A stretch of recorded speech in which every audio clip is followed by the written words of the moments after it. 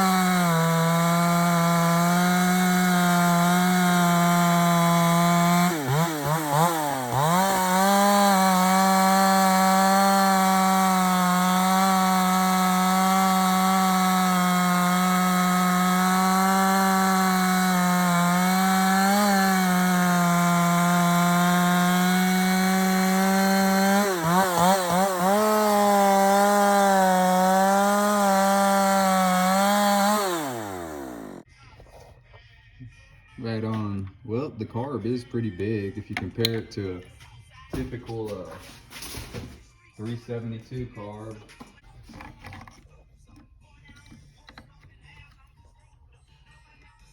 Yeah, they're roughly the same size, but let's see that. That's fat on the back side. Look at that.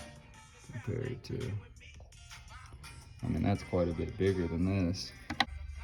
Can't really see, but I'm sure you guys can tell. That's quite a bit bigger.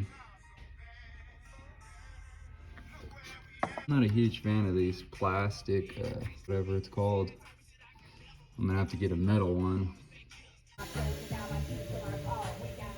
How strong is this gasket? You know, what did I use? I used ultra grade. A lot of guys are probably gonna be like, "Oh, that's the wrong stuff."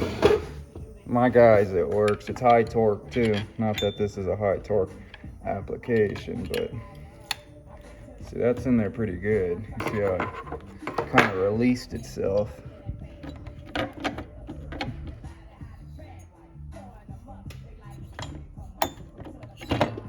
Ooh.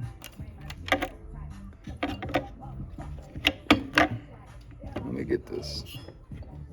I have to disconnect the vent, case vent, right? Or else it just ain't gonna come out. Look at that machine work though on the OEM version. It's just so nice, man. Look, you can go quite a bit bigger. You could literally hog that out that big. Your transfers on these xtorqs. So that's one thing I'll do. I remove those. So it's pretty much a 372 xtorq at this point, but Novice Lumberjack made a video saying the 400, Steel 400 was the best saw ever made. I'm gonna put that to the test because I'd like to try that chainsaw. I've been looking at them. They're not super expensive, but it's 66 cc's and I prefer 70 cc's. But if you can get away with the 60 cc saw and it runs like a 70 cc saw, I mean, go with it, right? Super Dave gave me the idea to run with this saw though, because I wasn't sure exactly what I was gonna do with it. And then I think in the beginning, he's like, before I bought this saw, he was like, you should get an xtorq because the carb's a bit bigger and all you gotta really do is swap a couple things and get it running to your specifications, you know? It's super light when I pair it with a light bar. It's just outstanding. This saw has a little more aggressive porting on it. Also has a quad outlet muffler mod. And I'll tell you right now, you'll be surprised by the results. It's probably making close to 7 horsepower, if not more. And I'm gonna have to say the same thing with this saw. The guy that I'm working for does not like to say it, but this is nicer than his 462. For one, it's got great weight to it. I always got a light bar on it when I use it. It's so smooth. Whenever there's a guy in the tree, this other guy that I work with, that's my buddy, he always wants to use it, and that rubs the guy that I work for, that's the owner of the company, the wrong way, because he's got his 462 always set up, and my buddy wants to use this saw all the time because it's so nice, especially in the tree. Just one for you steel guys. I really like steel saws too, don't get me wrong. I wish they would come back with some older models. Same with the 372. I wish they would re-release it, but I don't think that's ever gonna be the way. If anything, they're probably gonna go full on electric soon. Buy them while you can, right? That'd do it for this video. I'm a Husky guy, so I'll try to finish my line up with Husky saws before I get too deep into steel saws.